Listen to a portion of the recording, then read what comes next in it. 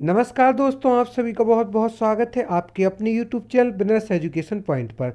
आज का जो हमारा वीडियो है मुख्य परीक्षा पर केंद्रित होकर बनाया गया है, जिसमें मध्य प्रदेश सब्जेक्ट को प्रमुख रूप से लिया गया है। और आज की इस वीडियो में हम प्रमुख रूप से 3 मार्कर एवं 5 मार्कर प्रश्नों पर चर्चा करेंगे, जो कि आपके लिए बहुत ही IMP है। मध्य प्रदेश सरकार की योजनाएं किन किन पर अमल हो रहा है, क्या क्या प्रावधान है इनसे संबंधित, और बिल्कुल आपको हमारी इस वीडियो में एक्यूरेट आंसर देखने को मिलेगा कि कितने नंबर के प्रश्न के लिए कितना आंसर कम शब्दों में कितना व्यवस्थित लिखना है।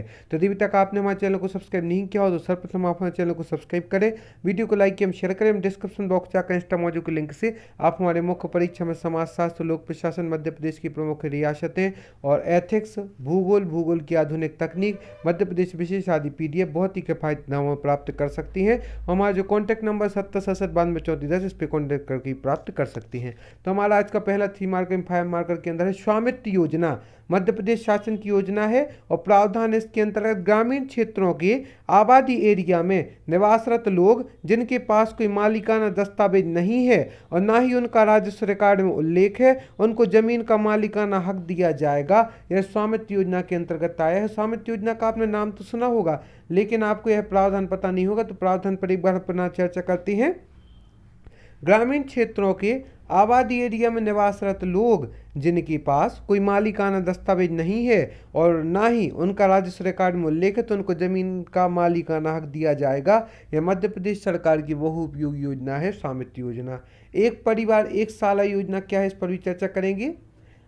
इस योजना के तहत एक ही परिवार में विभिन्न स्तर की संचालित शालाओं को एक परिसर में एक शाला के अनुरूप संचालित किया जाएगा। इसमें 20 जिलों के 89 आदिवासी विकास खंडों में शालाएं संचालित होंगी।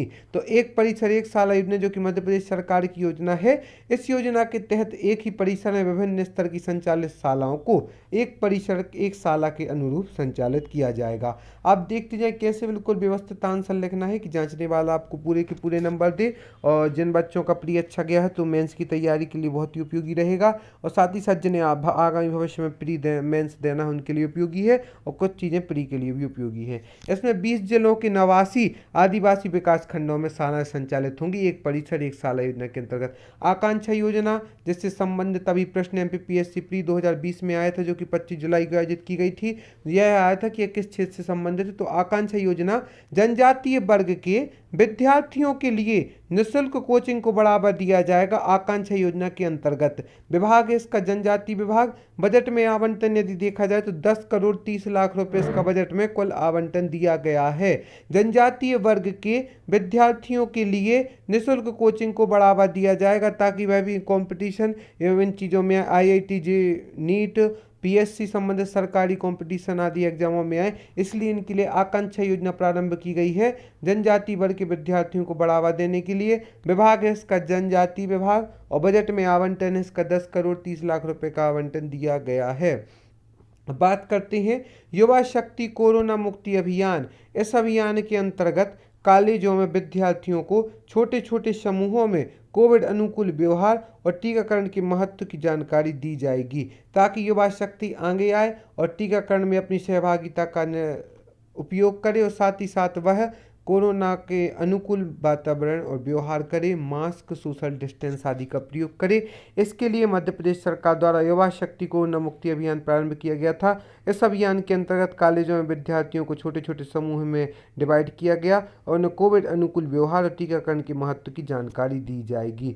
तो इस प्रकार से हमने स्वामित्व योजना, एक परिसर एक शाला योजना, आकांक्षा योजना, युवा शक्ति कोरोना मुक्ति अभियान योजना के बारे में भी चर्चा की। इसके बाद हम मध्य प्रदेश की कुछ प्रमुख चीज़ों पर चर्चा करते हैं, जो कि आपके प्री एवं मेंस दोनों के लिए इंपॉर्टेंट है, और आप हमें फेसबुक, यूट्यूब, इंस्टाग्राम, टेलीग्राम पर भी ज्वाइन कर सकते हैं। और हमारे जो नोट्स हैं व्यवस्थित हैं, टॉपर्स के द्वारा बनाए गए हैं, और एक 3 मार्कर बुक आई है जो कबीर पब्लिकेशन के द्वारा पब्लिश की गई है, DSP आकांक्षा जैन के द्वारा लिपिबद्ध की गई है। उसे भी आप नज़दीकी स्टोर हमारे द्वारा प्राप्त कर सकती हैं। मध्य प्रदेश की प्रमुख नदियाँ एवं उन पर निर्मित बांध पर यदि चर्चा की जाए तो जो गांधी सागर एक साइड बांध दिए गए हैं, एक साइड नदी, गांधी सागर बांध चंबल नदी पर स्थित है, और जो जवाहर सागर बांध है वह भी चंबल नदी पर स्थित है। बारना बांध जो है बारना नदी पर स्थित है, नाम से स्पष्ट हो रहा है, बारना बांध बारना नदी पर स्थित है। और जो सरदार सरोवर का नाम आपने सुना होगा वह नर्मदा नदी पर स्थित है। और जो राजघाट है वह बेतवा नदी पर स्थित है। तो यह प्रारंभिक परीक्षा वन्य सभी कॉम्पिटिशन एग्जाम के लिए भी आपके लिए उपयोगी है। तो अब याद रखें, गांधी सागर चंबल नदी, जवाहर सागर चंबल नदी और बारना बांध नाम से स्पष्ट है बारना, सरदार सरोवर नर्मदा और राजघाट जो है बेतवा नदी पर स्थित है। मध्य प्रदेश के प्रमुख पशु उत्पाद में देखा जाए तो मछली, मांस, अंडा, ऊन और दूध प्रमुख रूप से पशु उत्पाद के अंतर्गत आते हैं। और ऐसा आप एक चार्ट भी बना सकते हैं जिससे आपका जो आंसर होगा वह एकदम अट्रैक्टिव टाइप का दिखेगा और आपके लिए उपयोगी रहेगा। तो मध्य प्रदेश के प्रमुख पशु उत्पाद में है मछली, मांस, अंडा, ऊन और दूध। इस वीडियो में हम साथ ही साथ आपको आंसर लिखने का पैटर्न भी बताते जा रहे हैं, किस प्रकार से आपको आंसर लिखना है। जितना पूछा जा रहा है उतनी आंसर लिखना है, लेकिन उसको व्यवस्थित लिखना है। मध्य प्रदेश के सर्वाधिक वन प्रतिशत वाले जिले कौन कौन से हैं? तो सर्वप्रथम तो है बालाघाट। बालाघाट में 54.4% भूभाग पर वन है। दूसरे नंबर पर है श्योपुर। श्योपुर में जो है 52.4% भूभाग पर वन है। और तीसरे स्थान पर है उमरिया। उमरिया में जो है 49.6% भूभाग पर वन है। तो मध्य प्रदेश के सर्वाधिक वन वाले जिलों में सर्वप्रथम तो है बालाघाट, जिसमें 54.4% भूभाग पर वन है, अर्थात यहाँ पर वनों की सघनता है। दूसरे नंबर पर है श्योपुर, जहाँ पर 52.4% भूभाग पर वन है। और तीसरे नंबर पर है उमरिया, जिसमें 49.6% भूभाग पर वन है। टाइगर सफारी पर यदि हम चर्चा करें, जो कि एक प्रमुख टॉपिक रहा है और 3 मार्कर में इसकी आने की संभावना भी है। वर्ष 2016 में मध्य प्रदेश के सतना जिले के मुकुंदपुर में महाराजा मार्तंड सिंह जूदेव व्हाइट टाइगर जू स्थापित किया गया था। यह प्रदेश की प्रथम टाइगर सफारी है। तो यह सतना जिले में स्थित है और वर्ष 2016 में मध्य प्रदेश के सतना जिले के मुकुंदपुर में महाराजा मार्तंड सिंह जूदेव व्हाइट टाइगर जू स्थापित किया गया था। यह प्रदेश की प्रथम टाइगर सफारी है। इसके बाद जो महत्वपूर्ण प्रश्न है, मध्य प्रदेश के प्रमुख मेगा फूड पार्क कौन कौन से हैं? तो एक साइड आपके फूड पार्क दिए गए हैं, दूसरे साइड पर आपके स्थान दिए गए हैं, तो उन पर हम चर्चा करते हैं। पहला तो है मनेरी, जो कि मंडला में स्थित है। दूसरा है बावई। बावई का नाम आपने सुना होगा, होशंगाबाद के निकटस्थ स्थित है। तीसरा है निमरानी, जो कि खरगोन में स्थित है। चौथा है जग्गाखेड़ी, जो कि मंदसौर में स्थित है।